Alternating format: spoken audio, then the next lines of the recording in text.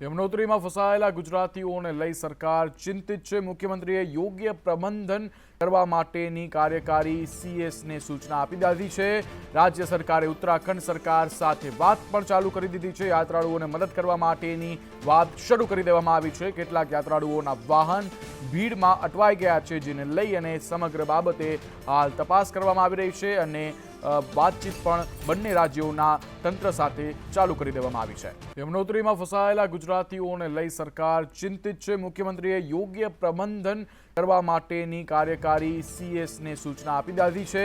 રાજ્ય સરકારે ઉત્તરાખંડ સરકાર સાથે વાત પણ ચાલુ કરી દીધી છે। યાત્રાળુઓને મદદ કરવા માટેની વાત શરૂ કરી દેવામાં આવી છે। કેટલાક યાત્રાળુઓના વાહન ભીડમાં અટવાઈ ગયા છે, જેને લઈ અને સમગ્ર બાબતે હાલ તપાસ કરવામાં આવી રહી છે અને વાતચીત પણ બંને રાજ્યોના તંત્ર સાથે ચાલુ કરી દેવામાં આવી છે।